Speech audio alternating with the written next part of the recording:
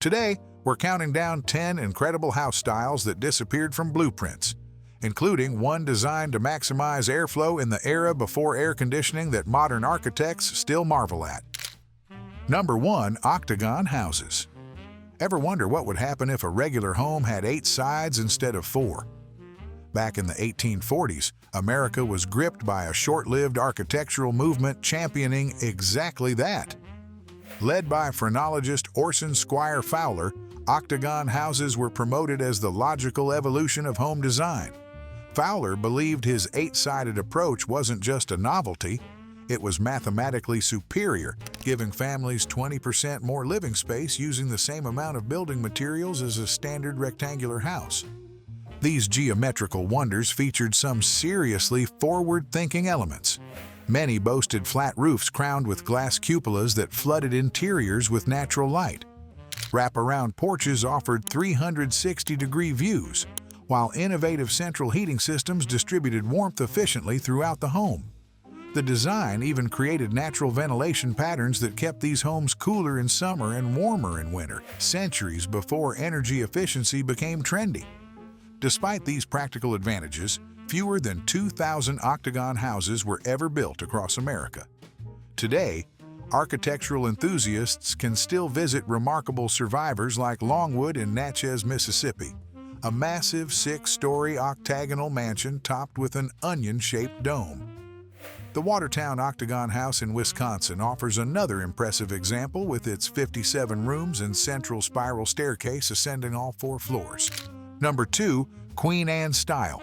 Just as the octagon house movement collapsed under practical concerns, Americans embraced a style that threw practicality to the wind.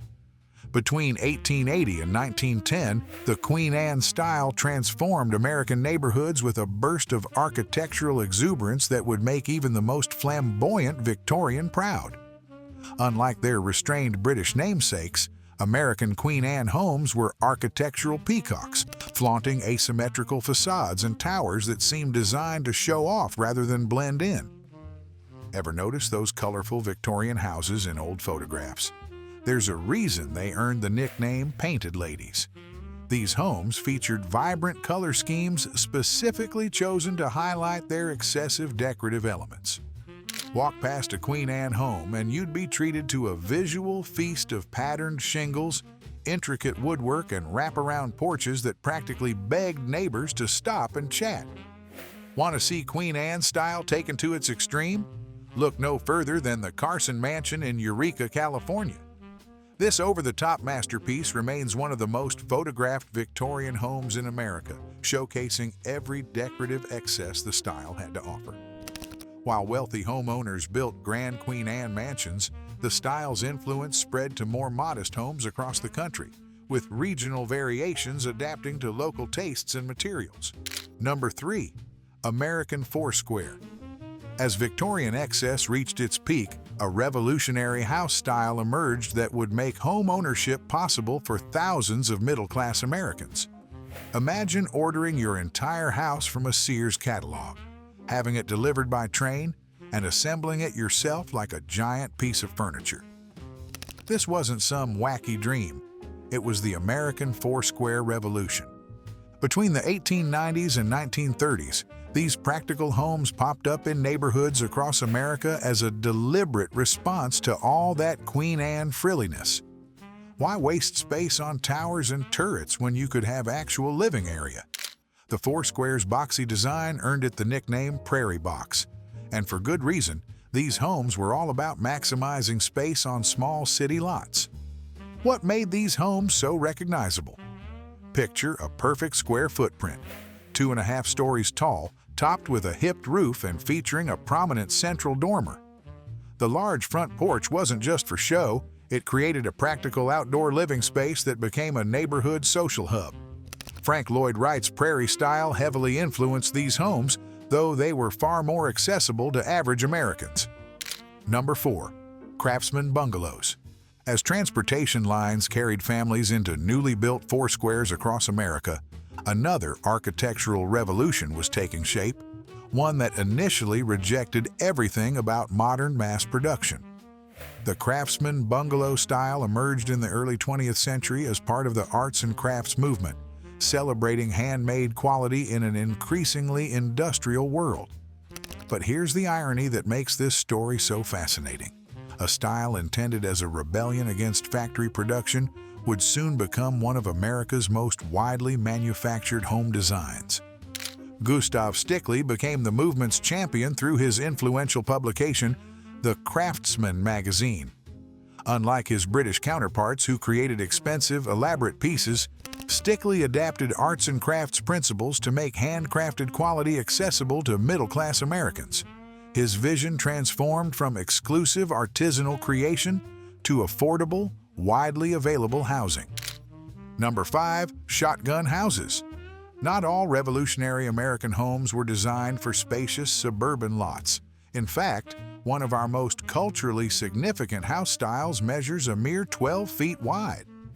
These narrow shotgun houses might seem impossibly small by today's standards, but their ingenious design allowed generations of working-class families to own homes in America's bustling cities.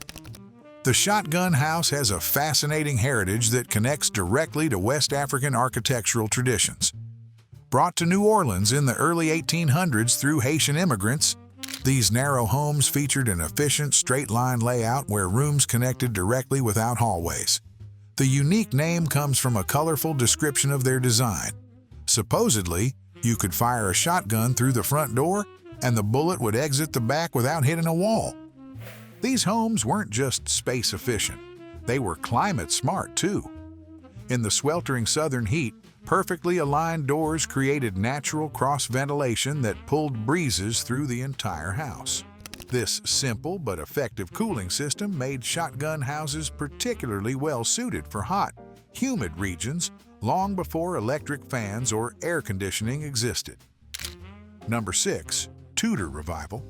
At the same time that working-class families embraced the practical efficiency of shotgun houses, America's wealthy were busy creating architectural fantasies of their own. Why would industrial tycoons who made fortunes from modern technology choose to live in homes that deliberately mimicked 16th-century English cottages? The Tudor revival style that swept through affluent neighborhoods during the Roaring '20s wasn't just about architecture, it was about purchasing prestige. These medieval-inspired mansions became status symbols in America's wealthiest enclaves, particularly in the upscale suburbs of New York City.